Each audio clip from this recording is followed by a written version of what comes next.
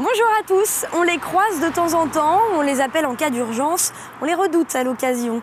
Quoi qu'il en soit, les gendarmes font partie de notre quotidien et ce métier suscite de nombreuses interrogations. Alors si vous aussi vous posez des questions sur le quotidien des gendarmes, je vous propose tout de suite de regarder ce nouvel épisode de Dessine-moi un métier. Nous allons le passer aux côtés de Cédric, il est lieutenant à la gendarmerie de Saint-Jean-de-Mont.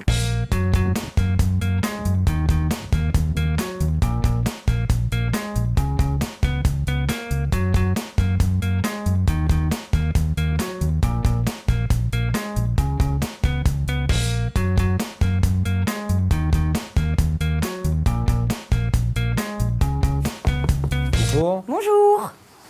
Bonjour, lieutenant. C'est ça. Enchanté. Alix. Vous pouvez m'appeler Alix. Très bien. Asseyez-vous, je vous en prie. Voilà. Donc ça, c'est votre bureau à vous. C'est Vous ça. pouvez mettre la déco que vous voulez. Ouais, on essaye de rester soft quand même. Oui, On est c'est décoré, hein. dans une gendarmerie. La décoration a plutôt ici une vocation opérationnelle, puisque la cartographie reste notre outil privilégié pour analyser la délinquance et concevoir un service cohérent derrière. La mission première du gendarme, c'est quoi? C'est d'assurer la sécurité? Assurer la sécurité des personnes et des biens. Donc la mission la plus classique du gendarme, c'est d'effectuer des services de surveillance. Donc le gendarme, à pied ou en véhicule, tourne sur le secteur dont il a la responsabilité pour assurer la sécurité des gens. Donc là, on va perquisitionner. C'est ça. Et là, vous me laissez venir avec vous.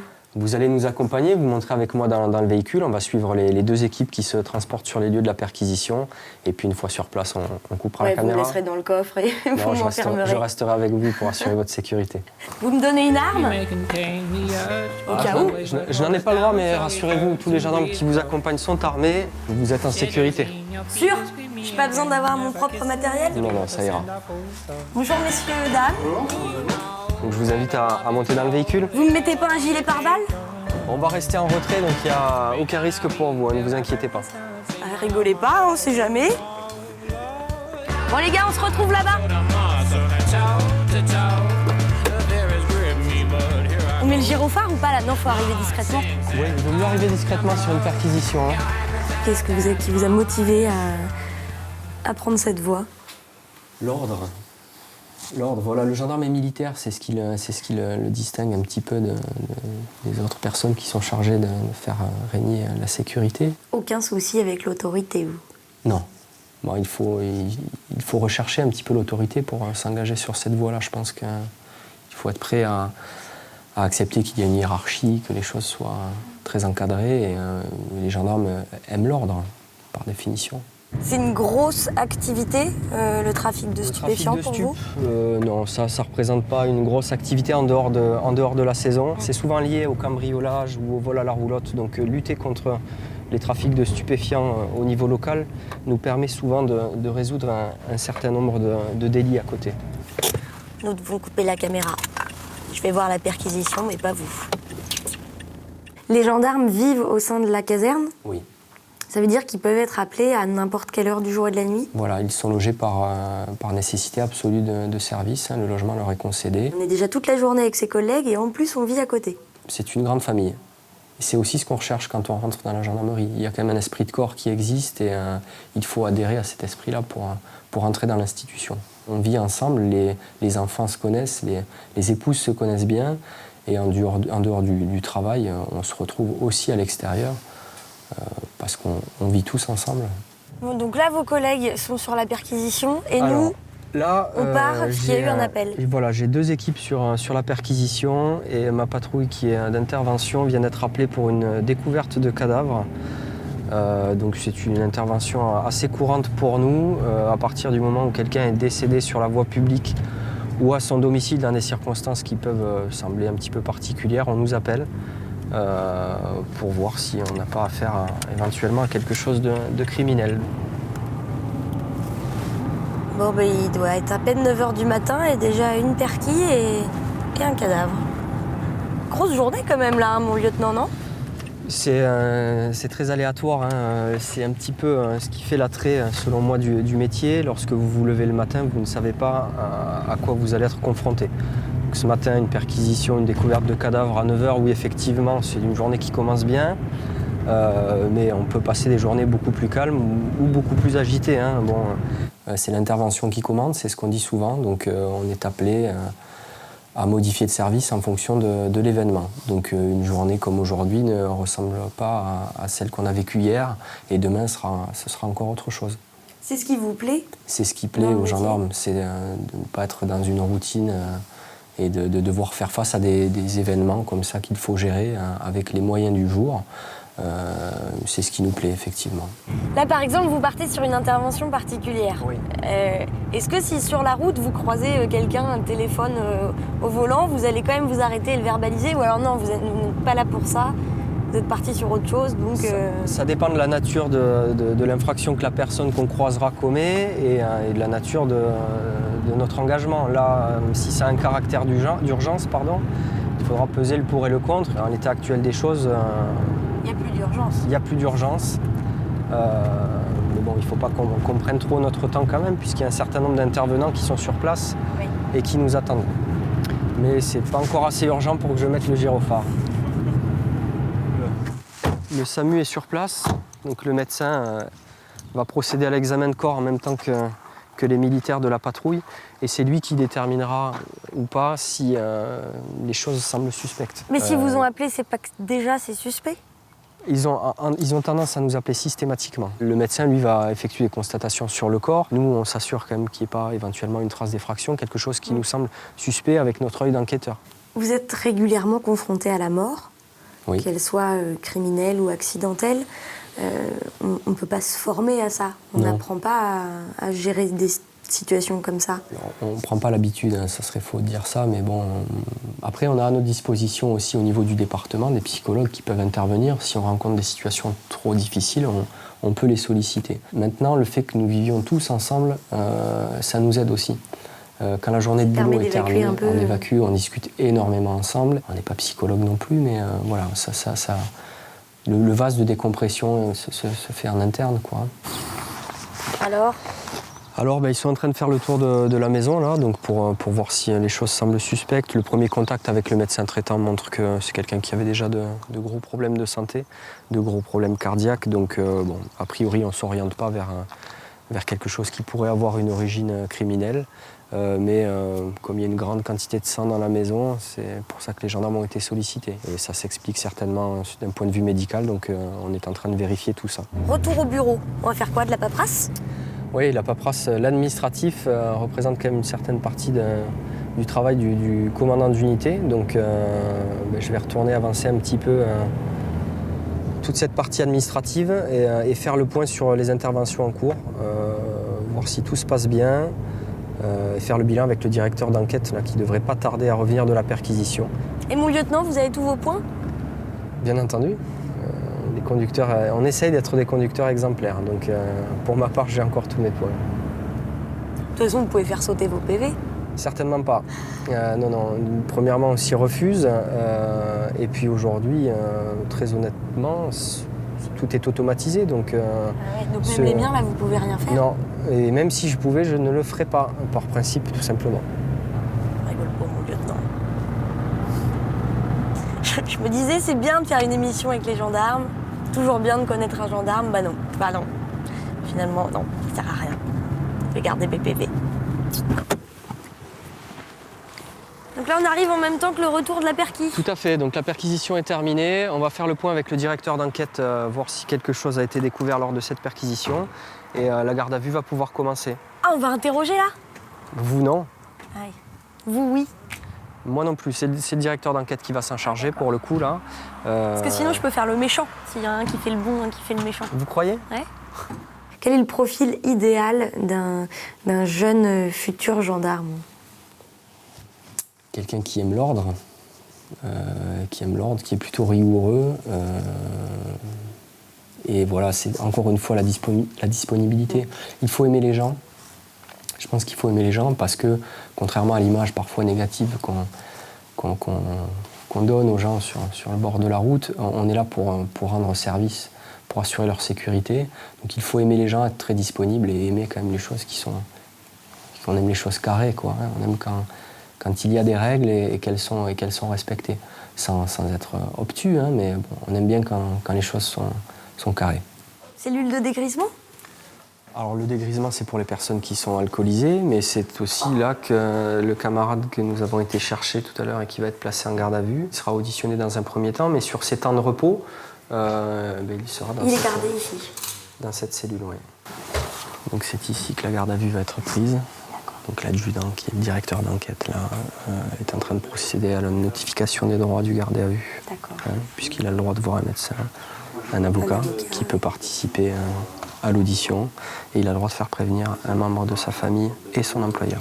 On peut exercer plusieurs métiers. En fait, quand on est gendarme, Oui. il y a différents corps de métiers dans la gendarmerie. Bon, alors déjà, on distingue les sous-officiers des officiers, hein, donc des postes plutôt d'exécutants et d'encadrement et des postes de commandement et de conception.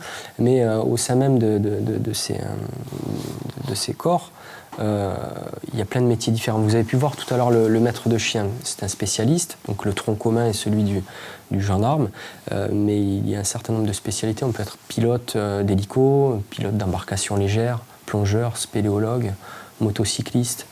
Il y a plein de choses à faire en gendarmerie, plein de métiers différents. Bonjour Ethan. Monsieur, bonjour. Bonjour, la Bonjour. Gosselin, commande brigade. Bonjour Alix, rien du tout. Enchanté. Bonjour Et également. Benoît, rien du tout non plus, mais on est content d'être là. D'accord, écoutez, bienvenue. C'est la deuxième brigade de la communauté de brigades que je vous ai présentée tout à l'heure. Saint-Jean-de-Mont fonctionne avec Beauvoir, ce qui nous permet de réunir les moyens et de pouvoir nous adapter à l'événement en conséquence. Donc là, on a prévu une petite séance d'instruction au tir. Ça permet aux gendarmes de rester familiers avec leur arme. On souhaite ne pas avoir à s'en servir, mais il faut pouvoir s'en servir correctement si jamais ça arrive. Donc on programme des instructions collectives assez régulièrement. Ok, Voilà, donc vous allez pouvoir y assister. mais je vais pas pouvoir tirer. Non, malheureusement, non. Encore une fois, on va pas pouvoir. Même alors qu'on commence à se connaître et Non, tout, non, que malheureusement, vous voyez que je suis une personne de confiance. pour des questions de sécurité, on ne pourra pas. Ouais, bon, en même temps, je sais pas si vous avez complètement tort. Bon, messieurs, voici l'homme que nous recherchons. De type européen, une quarantaine d'années. Cet individu peut être dangereux. On va donc s'entraîner à tirer au cas où on le croiserait. Lieutenant, est-ce que la barbe, c'est bien réglementaire? À partir du moment où elle est propre et bien taillée, il n'y a pas de difficulté avec la barbe. Bon. Ça passe pour cette fois. Vous pouvez circuler.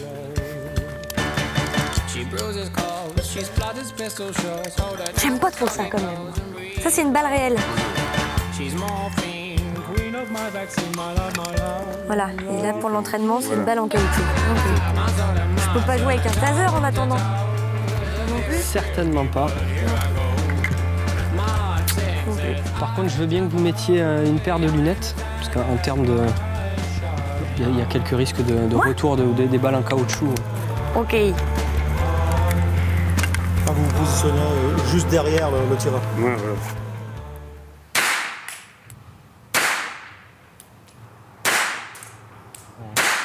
Ah non, faut se concentrer.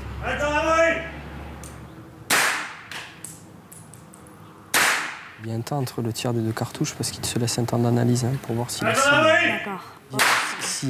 si la personne est neutralisée au bout du premier tir, il n'y a pas lieu d'effectuer un second tir. Donc il y a toujours une période d'analyse entre les deux tirs. Il pourrait vous sembler qu'on tire d'un peu près, mais la plupart des tirs en riposte sont effectués à cette distance. Si Ah on non, est je plus trouvais loin pas que de- c'était prêt. Hein. Bon, le plus souvent, on a à faire usage de l'arme entre 2 et 5 mètres. C'est vraiment au dernier moment, le plus souvent en cas de légitime défense. Qu'est-ce que vous préférez dans votre métier? Tout. Tout. Ce qui me plaît, c'est la diversité, justement. Donc, quand on fait le choix de servir au sein d'une brigade de gendarmerie, puisqu'il y a plusieurs spécialistes, il y a des gens qui ne font que de la police judiciaire, d'autres que de la lutte contre l'insécurité routière. Quand on fait le choix d'être un généraliste, comme nous le sommes tous en brigade, c'est la multitude des missions qui nous plaît. Donc, dans une journée, si on arrive à faire de la police de la route, une enquête judiciaire et une intervention lambda où on joue un rôle de médiateur, puisque c'est essentiellement ça aussi notre métier, c'est une journée bien remplie et on est content, parce qu'on aime cette diversité. Le meilleur moment est arrivé. Enfin, pas pour vous. Ça fait partie des missions régulières, hein, des missions quotidiennes, mais comme je vous l'expliquais tout à l'heure, ça représente à peu près 10% de l'activité d'une brigade territoriale. Et comment on choisit les voitures qu'on arrête? C'est au feeling du gendarme. Bon, certains véhicules qui peuvent sembler plus vétustes feront l'objet d'un contrôle systématique pour vérifier s'ils sont bien en règle, notamment au niveau du contrôle technique. Et c'est limité à 50 là? 50. C'est quoi votre marge de tolérance? Bon. On va effectuer de la prévention là. 65 au lieu de 50, si on retire, il y a toujours une marge entre la vitesse réelle et la vitesse enregistrée par le cinémomètre. Donc on n'est pas tenu de verbaliser systématiquement. Quand on estime que le dépassement est très léger, on peut se contenter de faire un rappel. Prévenir, ouais. Voilà. Les papiers vont quand même être contrôlés et puis un éventuel dépistage, on va aller voir ça. Le contrôle ne va pas durer plus longtemps. Votre permis, carte grise et assurance, s'il vous plaît, madame. Alors, vous avez tout ça là, hein? Oui. Est-ce que vous avez consommé de l'alcool? Bien entendu. Comme tous les jours. Les retours quelquefois négatifs de la population, ça vous touche? Quand vous verbalisez quelqu'un et que ce quelqu'un... Ah, mais de toute façon, quand on pas verbalise très quelqu'un, aimable. c'est toujours très négatif. Maintenant, on sait, nous, on sait aussi ce que c'est que d'avoir à annoncer à une famille le décès d'un proche parce qu'il y a eu malheureusement un accident. C'est un choix qu'on fait, on le verbalise parce qu'on préfère avoir à verbaliser ces personnes-là qui sont en infraction plutôt que d'avoir à annoncer des décès aux familles. C'est des moments difficiles dans la carrière d'un gendarme. Et être présent sur la route et verbaliser les gens qui ont un comportement dangereux, c'est une façon pour nous de participer à cette baisse d'accidents constatés et d'avoir moins de décès peut-être à annoncer. Donc c'est un choix qu'on fait et on l'assume. On sait pourquoi on est là, on sait qu'on est au service de la population et les gens nous le rendent bien. Quand on retrouve un enfant qui a été perdu, quand on solutionne une affaire compliquée, voilà, le retour des gens est important et ça nous suffit. Ça nous suffit pour savoir qu'on a fait le bon choix et pour continuer d'aimer ce métier. C'est un métier qu'on fait par conviction. Vous soufflez environ 4 secondes et demie. C'est bon. Ah ouais, ça c'est clair, il y a au moins 8 jours, j'ai pas bien fait. 0-0. Ah oui, mais ça j'en étais sûr. J'ai même pas un PV, j'ai même pas des points en moins. Oh, vous êtes gentil finalement. C'est de la prévention, madame. Ah bah c'est très bien, là dites donc, c'est un événement. Évitez de rouler trop vite en C'est ville. vrai que vous avez raison. C'est vrai que vous êtes gentil.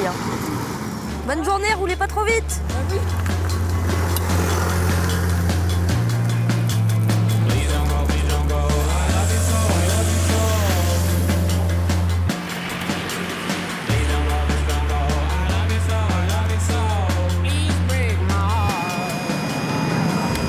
Merci. Négatif. 0-0. Mon lieutenant, Oui, est-ce que vous savez dessiner? Ah, j'espère que non. pas très bien. Ah Pas yes. très bien. Ça va bien se passer.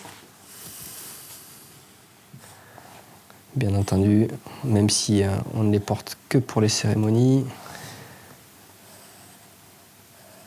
le gendarme c'est aussi le képi. Donc je vous fais un petit képi de gendarme et puis je dessine pas assez bien pour vous faire autre chose. Donc j'en resterai là si vous m'y autorisez. Et je vous y autorise.